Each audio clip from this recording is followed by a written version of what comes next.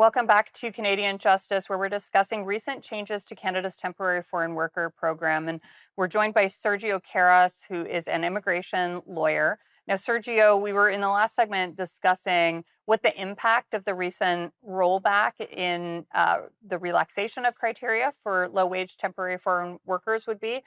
Is there anything you want to add to why you think that these changes perhaps don't go far enough?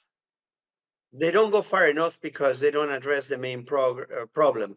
Okay, so what they, uh, in order for people to understand how the temporary foreign worker program works, there are two segments basically.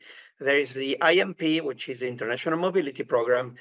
Those are all the people who are exempt from labor market impact assessments. Typically, they're people who are under treaties or the regulations have exemptions for them. And on the other hand, you have the labor market impact assessment, which is a program where employers have to demonstrate that they have made reasonable efforts to hire Canadians, but they have not been able to find anybody for the position, and therefore they file an application with Service Canada to hire a foreign worker. Those are the two large segments.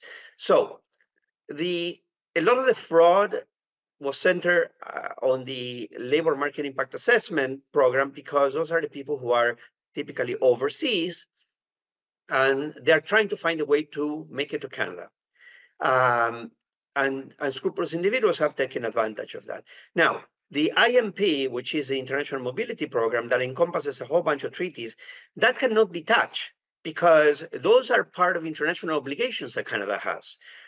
The other part of the problem are the open work permits that are given to postgraduate students, international students who have graduated in Canada, and that has been growing like a weed, basically, and to the refugee claimants, that is also skyrocketed.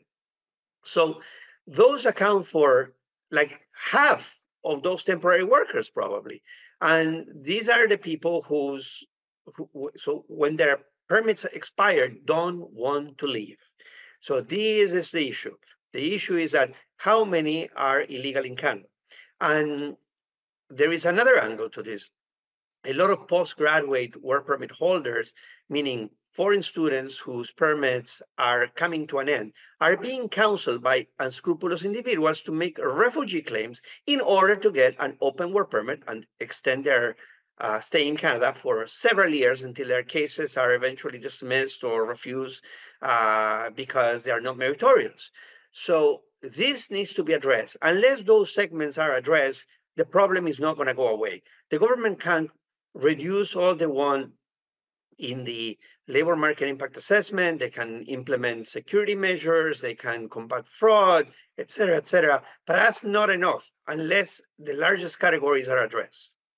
Can you give me a sense of the impact that temporary foreign workers have on Canada's economy? Because I mean, the program is designed to bring in temporary foreign workers when Canadians are not available to do those jobs. And I can think of a lot of examples of industries where that's the case. I mean, agricultural workers, home care workers, nannies, elderly caregivers.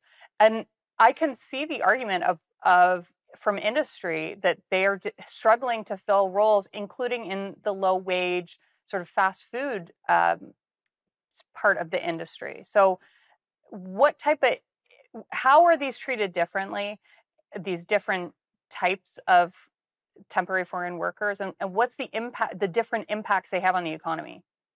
You're quite right. The temporary foreign workers have a tremendous amount of impact on the economy, and they fill a lot of jobs that are needed in Canada.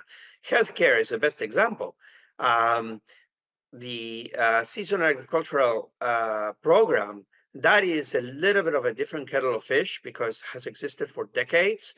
Um, the problem is that the government had relaxed the criteria for scrutinizing the legitimacy of the jobs that were being offered, and therefore open up the spigot during the pandemic to labor market impact assessments for many people who do not deserve them. So that has flooded the problem, the market. So is the problem that on the employer side then? The the checks should be done on the employer side to make sure that the job is legitimate, that the fair wage is being paid, that that that things kind of are on the up and up. But during the pandemic and post the pandemic, memos have surfaced where Sergio, I'm sorry, we have to go to commercial break, but we'll be right back.